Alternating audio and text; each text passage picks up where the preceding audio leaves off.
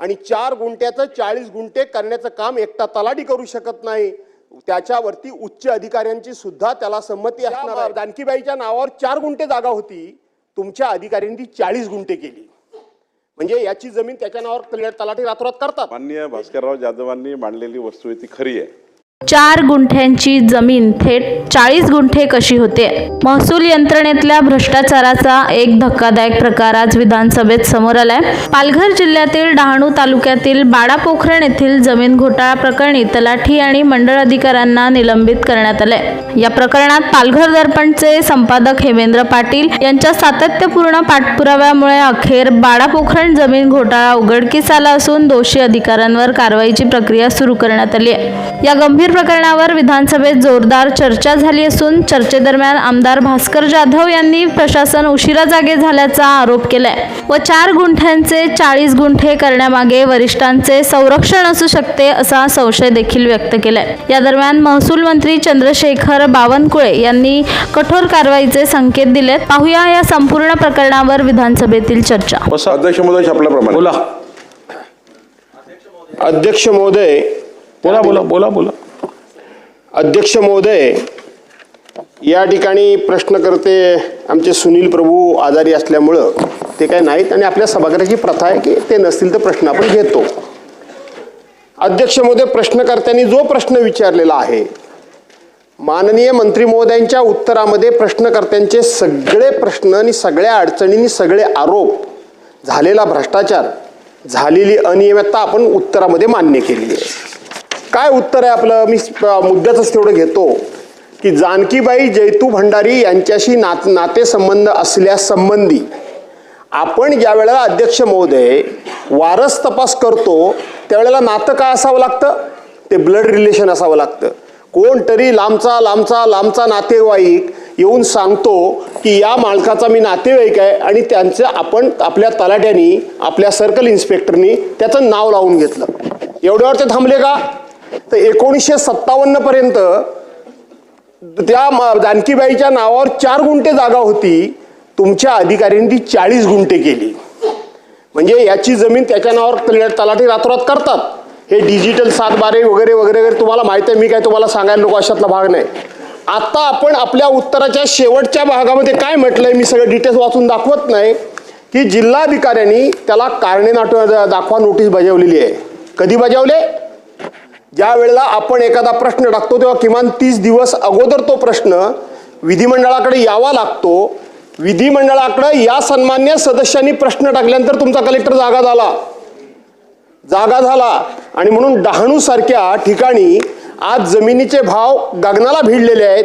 अशा वेळेला 4 गुंठ्याचे 40 गुंठे करायचे, दुसऱ्याची जमीन आपल्या नावावर करायची, लांबचा नातेवाईक असला आणि त्याच्यामध्ये लागवड एक झाड सुद्धा झालेलं नाही आणि त्याच्यामध्ये झाड लागवड दाखवायची। मंत्री महोदय, आपण अतिशय सकारात्मक उत्तर देता, आम्ही तुमचं कौतुक करत असतो, परंतु तुम्हालाही मान्य आहे की या ठिकाणी खूप मोठं नुसती अनियमितता झालेली नाही तर चूक झालेली आहे आणि 4 गुंठ्याचं 40 गुंठे करण्याचं काम एकटा तलाठी करू शकत नाही। त्याच्यावरती उच्च अधिकाऱ्यांची सुद्धा त्याला संमती असणार आहे आणि म्हणून केवळ तलाट्याला कारणे दाखवा नोटीस न बजावून आपण जिल्हाधिकाऱ्यांपासून खालच्या अधिकाऱ्यांपर्यंत कोणती कारवाई करताय ही सभागृहाला सांगा। समाधान झालं तर दुसरा प्रश्न विचारणार नाही, समाधान नाही झालं तर अध्यक्ष महोदय दुसरा प्रश्न विचारायला संधी द्या। माननीय अध्यक्ष महोदय, समाधान करा। माननीय भास्करराव जाधवांनी मांडलेली वस्तू ती खरी आहे। आमच्या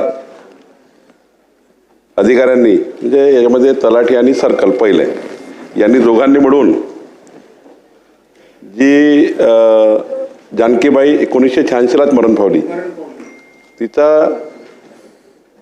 तिच्या जमिनीचा फेरफार जो 2025ला राजेंद्र राऊत आणि 2 या लोकांनी संगनमत करून, तलाठी आमचा आराय आणि हे राऊत यांनी संगनमत करून 86 पासून तर 2025 पर्यंत मधलं काही चेक न करता परस्परच ही जमीन त्यांच्या नावावर करून दिली आहे आणि त्यामुळं आता तर आपण गुन्हा दाखल केलाच आहे, त्याचा FIR आपल्याला देतो, मी FIR कॉपी आणली आहे आणि तलाठी संतोष कोटनाके आणि जी मंडळ अधिकारी आहे जोशविन गमजा हिला आता निलंबित केला आहे. आजच निलंबनाचे आदेश आम्ही काढतो आहे.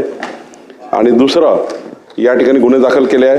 या गुन्ह्यामध्ये प्रांत असेल, तहसीलदार असेल, जे लोक असतील, नाही दादा पहिले ते त्यांनी जे चूक केली आहे, गमजा आणि ते तलाठ्यांनी यांनी परस्पर केली आहे.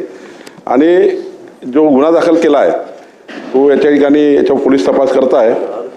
दुसरं 4 गुंठेचं 40 जे झालं आहे ते 40R झालं आहे ते आता 2 भाग आहे. एक तर म्हणणं आहे की ते जे आपले डिजिटल सातबारे याच्यामध्ये त्यांचं म्हणणं ही चूक झाली, पण मला वाटत नाही डिजिटल सातबारा वगैरे चूक असतं. हे जरा इतका मोठा फ्रॉड करताना हाही फ्रॉड केला आहे. आणि त्यामुळं या प्रकरणामध्ये त्याची फेरफार तपासली तर समजणार फ्रॉड झालाय की चूक आहे, हे फेरफारवरनं समजणार. नाही, त्यांनी 2 भाग केले. एक तर परस्पर राऊतच्या नाव सातबारा करून दिला ज्याचा काही भंडारीशी संबंध नाही. भंडारीचा संबंध आहे तर कडूशी, त्यांची मुलगी कडू. तर कडूला तर आपण तिच्या नावाने प्रॉपर्टी करून दिली आहे, आता तिच्या मुलीच्या नावाने करून दिली आहे. त्यामुळं तो वाद संपला आता. पण राऊत आणि हे जे सर्व लोक ज्यांनी हे बदमाशी केली यावर गुन्हा दाखल केला. दुसरा एक महत्त्वाचा प्रश्न आहे, 4 ते 40 कसं झालं याच्यावरही आम्ही गुन्हा दाखल करतो आहे. याचा गुन्हा दाखल व्हायचा आहे 4 ते 40चा.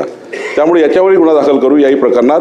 आणि अध्यक्ष महोदय, जे भास्कररावजीला किंवा या प्रश्नासंबंधी जे अपेक्षित हा प्रश्न मांडण्याच्या दृष्टीने जे उद्दिष्ट आहे ते आम्ही राऊतावर कारवाई केलीच आहे. गुन्हा दाखल केलाच.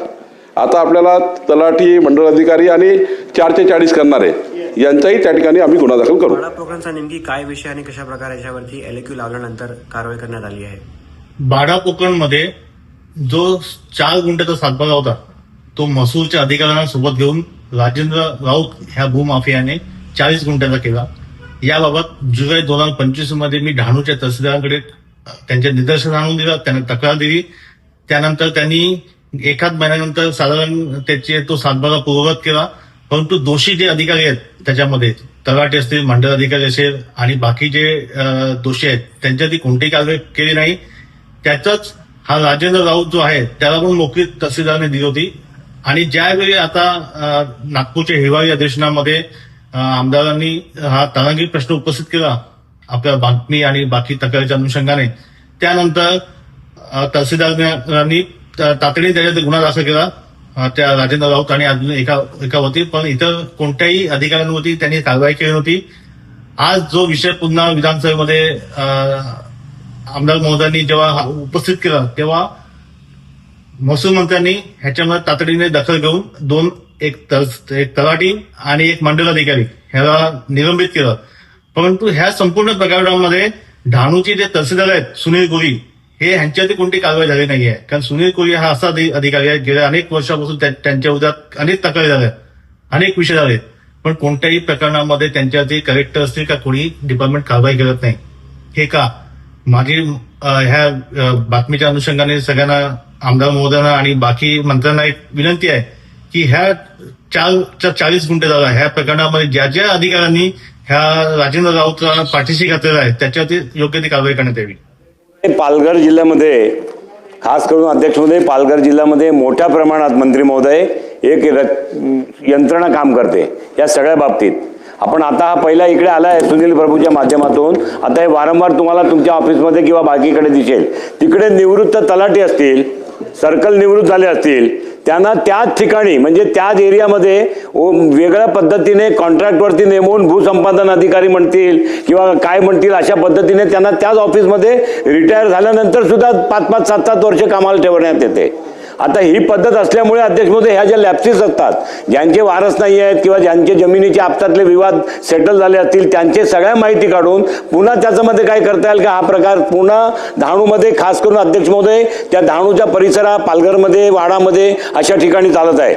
मंत्री महोदय, आपण जे निवृत्त झालेले अधिकारी असतील किंवा सर्कल असतील, तलाठी असतील, तत्सम अधिकारी असतील, ते जर त्या ऑफिसमध्ये किंवा दुसऱ्या ऑफिसमध्ये अशा पद्धतीने काम करत असेल त्यांची माहिती घेऊन त्यांना तात्काळ त्या पदावरनं काढून तिथे नेमणूक करणार का, हा माझा अध्यक्ष महोदय महत्त्वाचा प्रश्न आहे.